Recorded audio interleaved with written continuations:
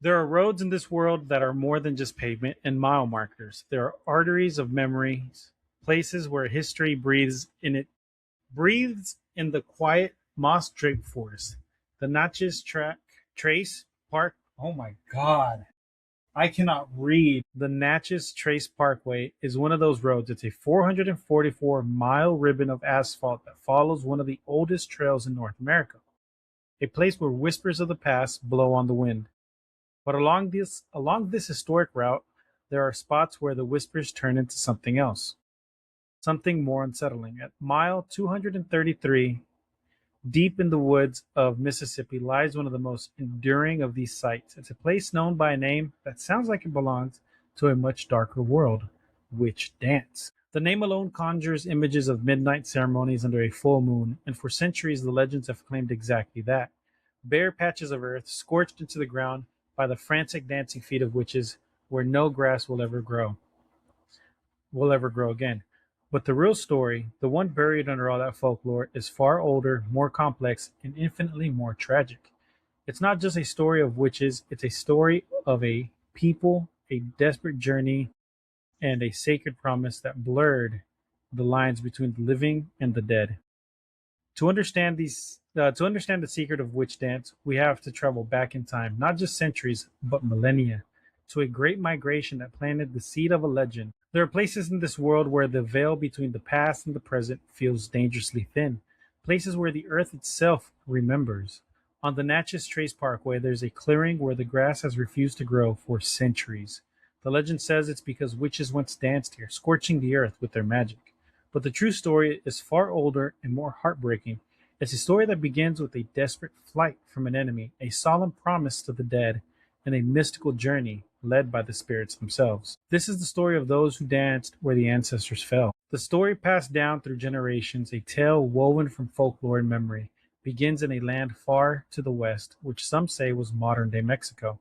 Here, a great and ancient people, who the legend identifies as the Hopewell Indians, were being crushed by an oppressive enemy.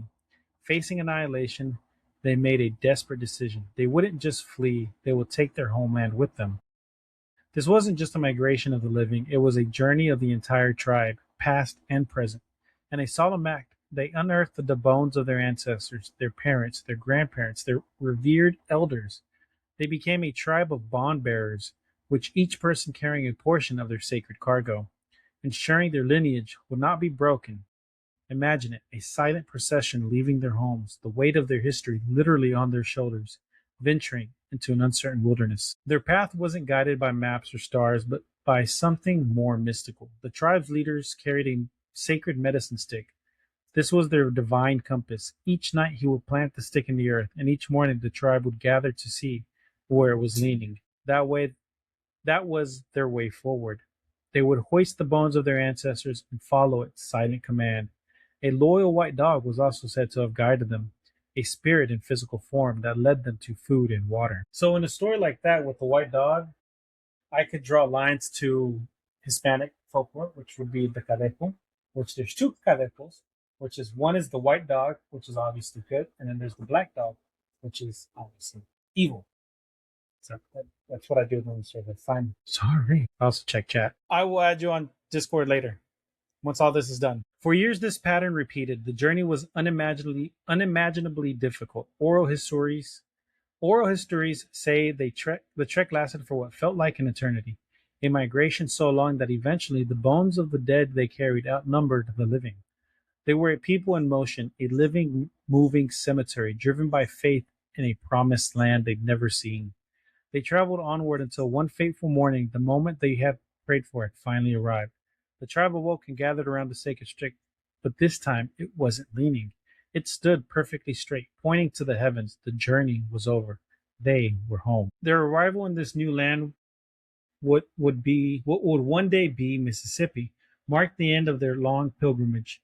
The sacred stick had spoken, and with relief and reverence the people began the task for which they had endured so much, giving their ancestors a final resting place.